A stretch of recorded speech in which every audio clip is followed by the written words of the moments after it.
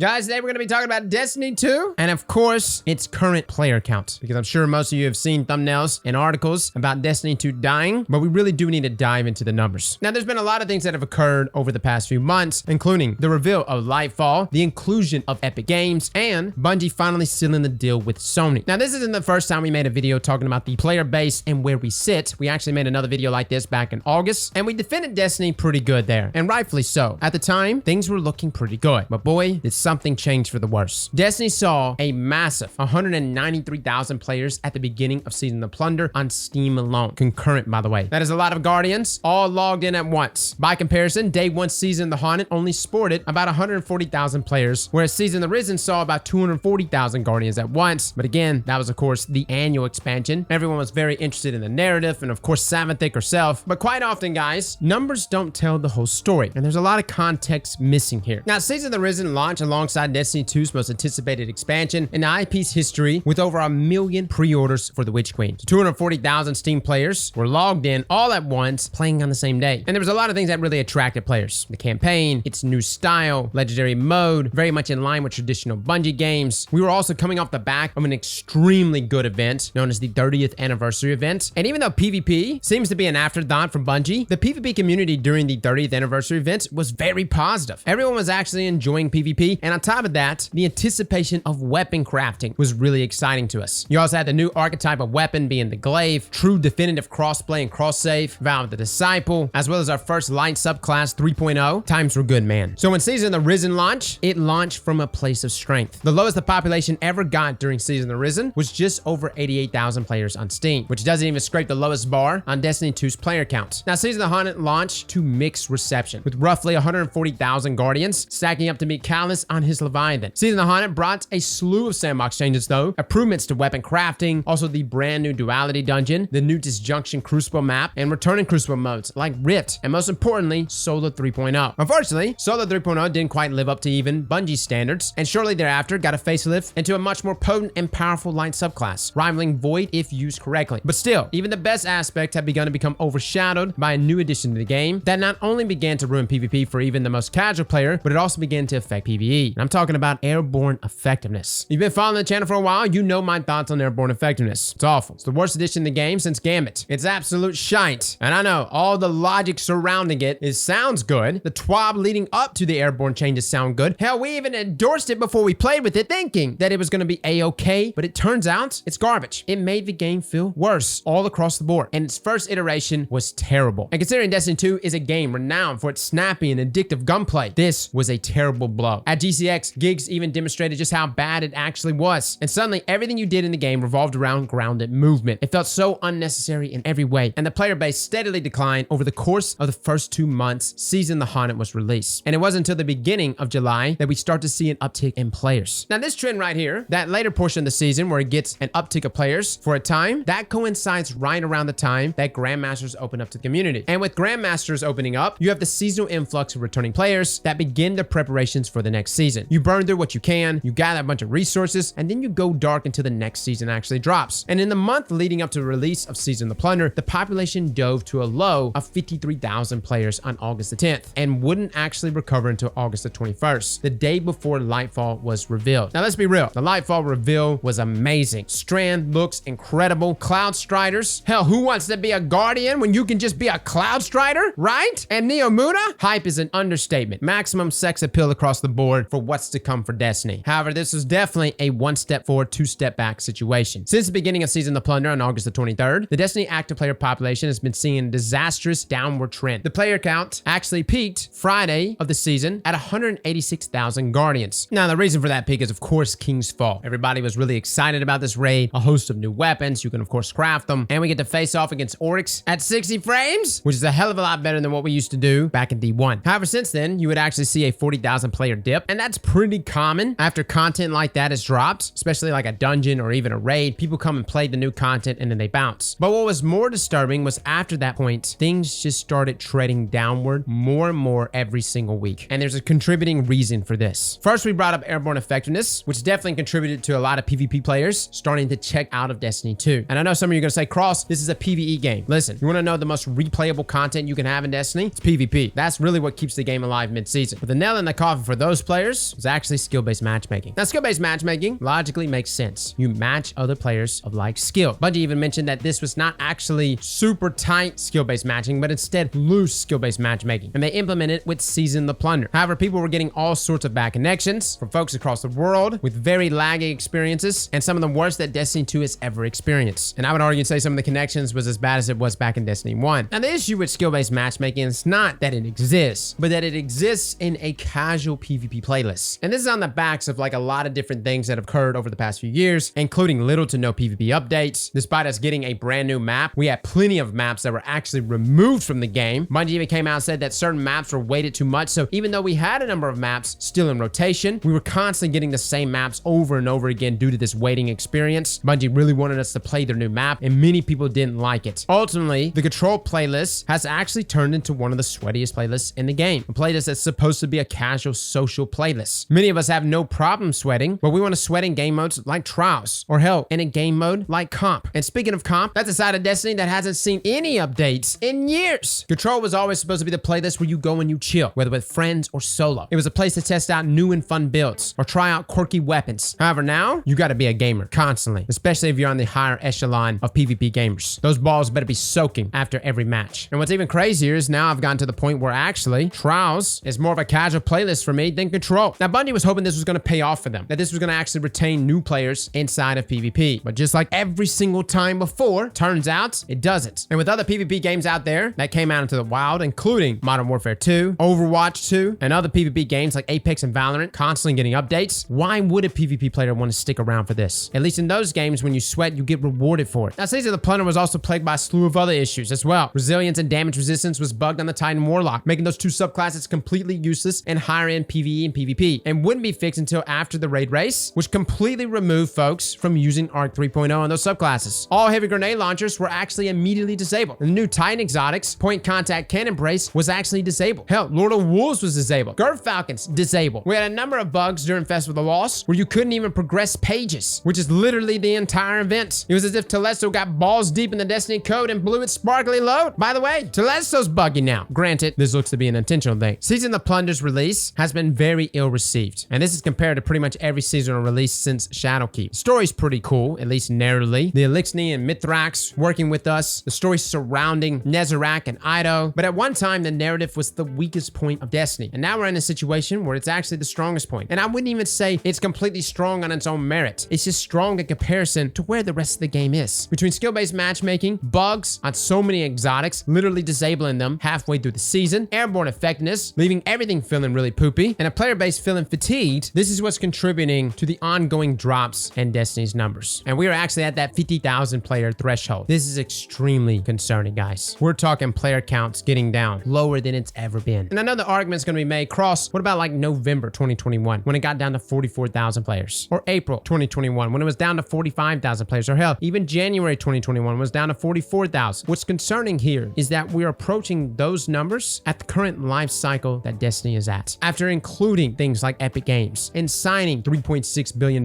deals with Sony. Will lows occur? Absolutely, but it shouldn't be lower lows. And my concern is that even this month, we could actually hit a lower low. Destiny is seeing a downtrend in active players. And not only in active players, but in just people playing the game on a content creation side. I see more of my friends that used to stream Destiny every single day, no longer streaming it, or even making content for the game. We haven't seen the lowest player count in Destiny history yet, but I think it's possible we may see it in the next coming weeks. Now, this is not to say that Destiny is dead, but the current situation, at least from my opinion, is definitely not thriving. Everything is really going to come down to this next season, though, leading into Lightfall. That has got to be a strong season, and more so than ever, Bungie's really got to start considering every aspect of the game. PvP players, as well as PvE players. Disabled exotics for weeks on time can't become a normal occurrence, and it's become all too common. And this shift in mentality within Bungie, where they want us to play the game the way they want us to play it, is a mindset that actually got Bungie in a jam a long time ago. This happened with double primaries. This happened with sunsetting. This happened with lengthy TTK values. We have been in situations time and time again where Bungie wants us to play the game the way they want us to play it. And at some point, they need to realize that it doesn't quite align with what we want. And currently right now, the numbers are greatly reflecting that. Guys, let me know in the comments below what you think. This is not supposed to be a doomsday video, but it's definitely something I'm paying attention to. I want nothing more than this community to thrive, for Destiny to continue to get better and better. And I've told people in the past that Destiny could be a 10-year game. And I'm not talking 10 years from D1. I'm talking 10 10 years from now, from Witch Queen and beyond. There's a lot of internal changes that occurred within Bungie over the past year, but Bungie, you're gonna have to get a grip on player sentiment and not the casual player that's gonna try out Destiny for a single weekend and then bounce, but for the core player base. You start there and everything else will trickle down. Fellas and ladies, thank you all for coming and watching, and as always, Slap that like button like your mama told you right.